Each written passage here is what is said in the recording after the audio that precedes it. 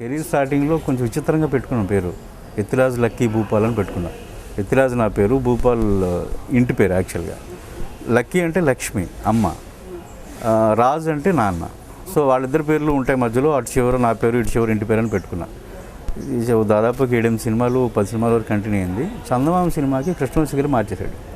ఈ పేరు ఏదో నార్త్ ఇండియన్ పేరులా ఉంది, బాగాలేదు, తెలుగు పేరు పెట్టుకోమని చెప్పి లక్ష్మీ భూపాల్ అని చెప్పి అమ్మ పేరు యాడ్ చేసి పెట్టాడు అంతే. అందులో నా పేరు లేదు. నాది ఏలూరు అండి, వెస్ట్ గోదావరి. పుస్తకాలు బాగా ఎక్కువ చదువుతాను, అది ఒక్కటే అడ్వాంటేజ్ అండి. ఇప్పుడు 6th 7th టైంలోనే శ్రీశ్రీ గారిని, చలం గారిని, రావిశాస్త్రి గారిని వీళ్ళందరినీ చదివేయడం అనేది ఇప్పుడు బాగా హెల్ప్ అవుతుంది బహుశా నాకు తెలిసి. అంతే. ఎప్పుడు కూడా సినిమాల్లోకి వస్తాననేది అనుకోలేదు. ఫస్ట్ నుంచి సినిమా ఫీల్డ్ అంటే భయం కొంచెం. ఇక్కడంతా మాయ, ఎలా ఉంటుందో ఏంటో తెలియదు. వచ్చిన తర్వాత మనం ఉండగలమా లేదా, నా మెంటాలిటీకి అసలు సెట్ అవుద్దా లేదా, ఇన్ని భయాలతో ఉండేవాడిని. అందుకని మీడియాలో చాలా కాలం ఉన్నాను. సడన్గా లక్ష్మీపతి కమెడియన్ చనిపోయారు, మీకు ఐడియా ఉంది. ఆయన లాక్కొచ్చారు నన్ను ఇండస్ట్రీ. సినిమా గోదావరి స్లాంగ్ బాగా వర్కౌట్ అయింది ఆ సినిమాకి. నాది వెస్ట్ గోదావరి, నేను ఉండేది ఏలూరు, కానీ అక్కడ స్లాంగ్ ఉండదు, కొంచెం లోపలికి వెళ్ళాలి. ఆ సినిమాలో వాడేది మాత్రం east Godavari slang. East Godavari slang Amalapuram, Kakinada, Ravulapalem అటువైపు వాడే భాషను ఆ సినిమాలో వాడటం జరిగింది. రాయటమే 2-3 చోట్ల చేస్తున్నాను, సినిమాల్లోనూ, రేడియో మిర్చిలోను, ఇంకో చోట. రేడియో మిర్చితో అనుబంధం అంటే సినిమా ఫీల్డ్కి వచ్చిన కొత్తలో బలవంతంగా అయితే లాక్కొచ్చారు, కానీ తర్వాత మళ్ళీ ఎగ్జిస్టెన్స్ ఇబ్బంది అయిపోయింది. ఆ టైంలో కొంచెం ఫ్రీ అయిపోయిన టైంలో రేడియో మిర్చి మాత్రం మంచి ఫీడింగ్. ఆ టైంలో ఇంచుమించు మధ్యలో సినిమాలు లేక ఖాళీగా ఉన్నప్పుడు స్ట్రగుల్ ఫర్ ఎగ్జిస్టెన్స్ అనే స్టేజ్లో రేడియో మిర్చి సునీత ఆవిడ పరిచయం అవటం, ఆవిడతో ఇంకా అలా కంటిన్యూ అవ్వటం, మంత్లీ మంచి ఫీడింగ్ రావటం చాలా వరకు హెల్ప్ అయింది. సో అందుకని ఇప్పటికీ కొంచెం పర్వాలేదు, రేడియో మిర్చి లేకపోయినా కూడా నాకు ఫైనాన్షియల్గా బాగుంది అనుకున్నా కూడా మిర్చితో ఏదో కొంచెం అటాచ్మెంట్, అందుకని కంటిన్యూ చేస్తాను. ఇంకా ఇండస్ట్రీ మొత్తం మీద నాకు తెలిసి ఒక 200-300 మంది రైటర్స్ ఉన్నారేమోనండి.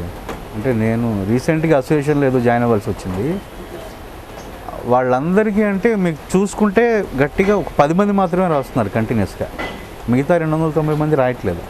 మరి వాళ్ళకి అవకాశాలు లేక రాయట్లేదా, వాళ్ళు అంటే అనకూడదు, విషయం లేక రాయట్లేదా, ఎందుకు రాయట్లేదు అనేది నాకైతే తెలీదు. కాంటాక్ట్స్ అనేది మాత్రం కంపల్సరీ అండి. ఎందుకంటే మనం ఏం చేస్తాం అవతలకి తెలియకుండా మనకి ఛాన్స్ ఇవ్వడు. సో మనం ఏంటనేది ప్రూవ్ చేసుకుంటే తప్ప రాదు, మనం ప్రూవ్ చేసుకోవడానికి ఛాన్స్ దొరకదు. సో ఈ చిన్న డైలమాలో చాలామంది ఆగిపోతున్నారు. అంటే నాకన్నా టాలెంటెడ్ చాలామంది ఉంటారు, ఇంకా బాగా రాసేవాళ్ళు ఉంటారు. ఇవాళ ఏదో నా ఒక రకంగా ఇక్కడ మాత్రం ఫేట్ అని అనుకుంటాను నేను. ఏదో చేస్తూ ఇక్కడికి వచ్చాను, సో ఫేట్ వల్ల ఇక్కడ ఈ పొజిషన్లో ఉన్నాను. ఇవాళ నేను ఉంటాను, రేపు ఇంకోటి ఉంటాను. గోస్ట్ రైటర్స్ అంటే నేను ఇప్పటివరకు చేయలేదండి, కాదు నాకు తెలిసింది చెప్తాను. గోస్ట్ రైటర్స్ అంటే వాళ్ళు రాసినా కూడా క్రెడిట్ రానోళ్ళు గోస్ట్ రైటర్స్. చాలామంది గోస్ట్ రైటర్స్ తర్వాత పెద్ద రైటర్స్ అయ్యారండి. ఇప్పుడున్న చాలామంది పెద్ద రైటర్స్ ఒకప్పుడు గోస్ట్ రైటర్స్. బేసిక్గా నాకు సినిమాల్లోకి రావాలని ఐడియా లేదు కాబట్టి ఇవన్నీ బహుశా నేను చేయలేదు అనుకుంటా. సో సినిమాల్లోకి రావాలని ఐడియా ఉండుంటే చిన్నప్పటి నుంచి అలా ఉండాలి, ఇలా ఉండాలి, ఎలాంటి కథలు ఎలాంటి కథలు ఉండాలి అన్నది. కాకపోతే ఈ ఫీల్డ్తో టచ్ ఎలా అంటే కాలేజ్ డేస్లో, స్కూల్ డేస్లో చాలా డ్రామాస్ అవి, స్టేజ్ ప్లేస్ అవి చేయటం, అవన్నీ ఇప్పుడు హెల్ప్ అవుతున్నాయి అంతే. వచ్చిన ఈ 4 ఏళ్లలో 16 సినిమాలు రాశానంటే బహుశా స్ట్రగుల్ లేనట్టే. మీడియాలో చాలా స్ట్రగుల్ ఫేస్ చేశాను అంతే. మీడియాలో అంటే ఒకప్పుడు జీకే మోహన్ మీకు ఏడున్నారుగా, జీకే మోహన్ అని చెప్పేసి ఒక ఆయన ఉన్నారు మీడియాలో. ఆయన ఒకప్పుడు స్వర్ణాంధ్ర విజన్ 2020 అని చంద్రబాబు నాయుడు గారు సీఎంగా ఉన్నప్పుడు చాలా యాడ్స్ అవి చేసి చాలా ప్రమోషన్స్ చేశారు. అప్పుడు నేను డైరెక్టర్ శోభన్ వర్షం ఆయనతో, తర్వాత హేమంత్ అని వాళ్ళందరితో అసోసియేట్ చేసి అప్పుడు మీడియాలో జాయిన్ అవ్వడానికి మాత్రం చాలా స్ట్రగుల్ ఫేస్ చేయాల్సి వచ్చింది. దాదాపు ఒక 2 నెలలు జీకే గారు వెనకాల స్వాతిముత్యంలో కమలాసంలో తిరిగితే అప్పుడు జాబ్ ఇచ్చారు. సో ఆ తర్వాత చాలా కాలం చేసి మళ్ళీ వెనక్కి వెళ్ళిపోయి మళ్ళీ ఏదో ప్రాబ్లమ్స్ ఫేస్ చేసుకొని మళ్ళీ 2004లో వెనక్కి వచ్చిన తర్వాత మళ్ళీ మీడియా అనుకుని వచ్చాను. వచ్చిన తర్వాత సడన్గా లక్ష్మీపతి గారు ఇంకెంతకాలం 5,000-10,000 చేస్తావు, సినిమా ఫీల్డ్కి వచ్చే బోల్ డబ్బులు ఉన్నాయి ఇక్కడ అని చెప్పారు. నాకు డబ్బులు చాలా అవసరం అని చెప్పేసి వచ్చాను అంతే. కాంపిటీషన్ అంటే నేను ఇంతవరకు అట్లాంటి టిపికల్ సిచ్యువేషన్స్ ఏం ఫేస్ చేయలేదండి. నా వరకు నాకు వచ్చిన అవకాశాలను ఇంట్లో చేసుకుంటున్నాను అంతే. నేను 16 రాశానంటే దాదాపు దాని అర్థం 30 వదిలేసి ఉంటాను. సో కాంపిటీషన్ అనే క్వశ్చన్ నాకైతే లేదు. నేను ఎవరితోనూ పోల్చుకోను కాబట్టి ప్రాబ్లం లేదు. అంటే కొన్నిసార్లు అండి, అంటే చాలా డిపెండ్స్ అండి. ఇది ఒక్కొక్కసారి ఏమవుతుందంటే మనకు కావాల్సిన డబ్బులు ఇవ్వరు, ఇంకొకసారి కొన్ని ప్రొడక్షన్స్ మనకు తెలిసిపోతాయి ఇది కంప్లీట్ అవుతుందా లేదా అని, అవి ఒకటి. ఇంకొక మేజర్ రీజన్ అంటే టైం ఉండదు. ఇప్పుడు ఒకేసారి వచ్చినాయి కదా అని చెప్పేసి 5-6 అవకాశాలు ఉపయోగించుకుంటే తర్వాత మనం ఎవరికి న్యాయం చేయలేం. ఎంజాయ్ చేస్తూ 100% అయితే ఇప్పటివరకు రాయలేదండి.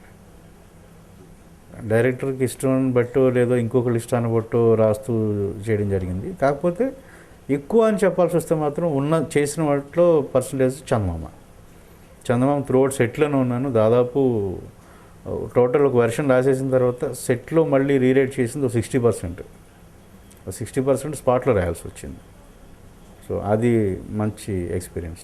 కష్టపడి డే అండ్ నైట్లు ఆలోచించి చాలా స్ట్రగుల్ ఫేస్ చేస్తూ తలుపులు వేసుకొని ఇంట్లో ఒంటరిగా కూర్చొని రాసుకుంటూ సెంటిమెంట్స్ సీన్ వచ్చినప్పుడు కాసేపు మనం ఏడ్చి, కోపం వచ్చినప్పుడు మనకి బీపీ పెరిగి ఇలాంటి డైలాగులు రాసుకున్నప్పుడు అంత కష్టపడి రాసిన సీను సెట్లోకి వెళ్ళిన తర్వాత మరి వాళ్ళకి అర్థంగా మార్చేస్తారో లేదా నచ్చగా మార్చేస్తారో నాకైతే తెలీదు. నచ్చినప్పుడు చెప్తే మళ్ళీ ఇంకొక వెర్షన్ రాసే ఛాన్స్ ఉంటుంది. రాసినప్పుడు బాగానే ఉందంటారు, అందరూ బ్రహ్మాండంగా ఉందన్నారు, క్లాప్స్ కొడతారు, నవ్వుతారు, అంత బాగానే ఉంటుంది. సెట్కి వెళ్ళిన తర్వాత బహుశా కొంత ఎవరెవరు అందులో ఇన్వాల్వ్ అవుతారో నాకైతే తెలీదు. మరి ఎడ్యుకేషన్లో ఏం తేడా వస్తుందో తెలీదు. కొన్ని సినిమాలు చేంజ్ అయిపోతుంటాయి, ఆటోమేటిక్గా రైటర్స్ బాధపడుతూ ఉంటారు. మెయిన్ నాకు కొంచెం కామెడీగా కూడా అనిపిస్తుంది ఏంటంటే, చాలామంది రైటర్లు ఇలాంటి కడుపు మంటతోనే డైరెక్టర్లు అయిపోయారేమో అనిపిస్తుంది. అంటే మనం రాసింది, మనం అనుకున్నది, మనం ఇమాజిన్ చేసింది సరిగ్గా ఎగ్జిక్యూట్ చేయలేదు కాబట్టి మనమైతే ఎలా తీస్తామని ఆలోచించి డైరెక్టర్లు అయిపోయారేమో అనిపిస్తుంటుంది. డైరెక్టర్ అవ్వాలని రీసెంట్గా అనిపించిందండి, కానీ ఎప్పుడవుతానో నాకు తెలియదు. డెఫినెట్గా అవుతాను.